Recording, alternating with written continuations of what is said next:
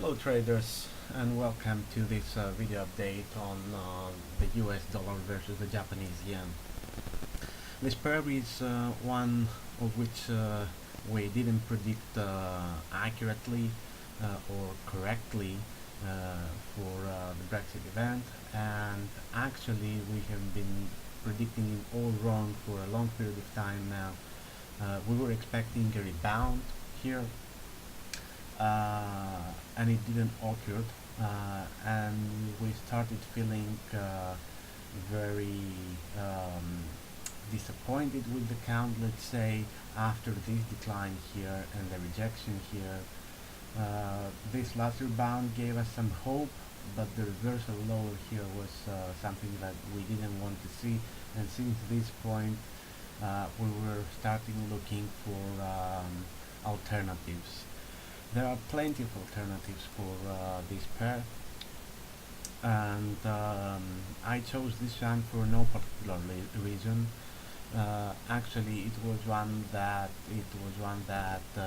could be easily implemented on the chart without many changes.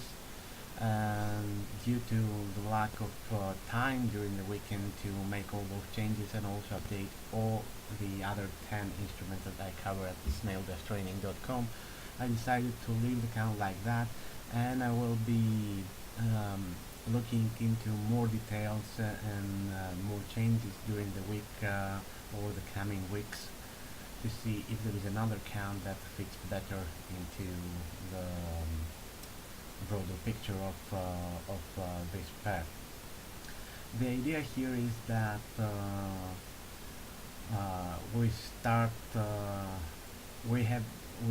we're becoming much more bearish for the pair, and that goes in line with our expectations for the global equities after the Brexit. The Brexit will likely have bad consequences for the global stock markets. And since there is a high inverse correlation, since there is a high correlation between this pair and the stock markets, I decided to go with a very bearish count. I expect prices to continue downwards from here, and the break below this congestion point is very important for the future trend of the Japanese of this pair. There are alternatives, of course, something like, for example, this being 1, 2, and then 1, 2, 3 up here instead of here 3, 4, 5 for a wave 3 here, and this being wave 4, and then this being wave 5, and that being a wave A, this being a wave B, and another 5 wave move to the upside from here. This could also be wave A, B, C for W of Y, and then having an X wave here and another A, B, C for a wave Y higher, and that could be probably the count that I like the most for this pair. But it requires me to change the degrees of all these waves, and that's why I didn't took the time to implement it, but I may do it during the week. For now, I see on the weekly chart, I see a lot of weakness with the RSI edging lower and lower, and prices breaking below all SMAs and testing them. We had a break up here, tested. That could be a kiss and goodbye with the SMAs and this channel. After that we have a break here, a test, a second test, and a break lower. All of those are very bearish signs, and made me choose a very bearish count for the pair. Going into the daily chart here, I may have to reconsider whether this is 1, 2, 1, 2, 1, 2, or whether this is 1, 2, 1, 2, 3, 4, 5, and this being this being the leading diagonal starting from here. But this is something that I will also have to reconsider during the week when I have more time.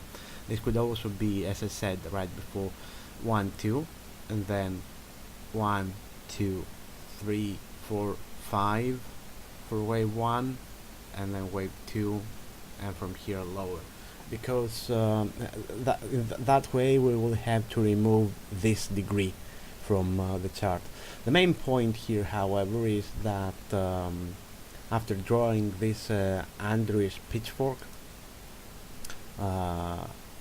this one, on the chart, we see how prices are reacting on those two actually parallel channels, and we finally, after several rejections on this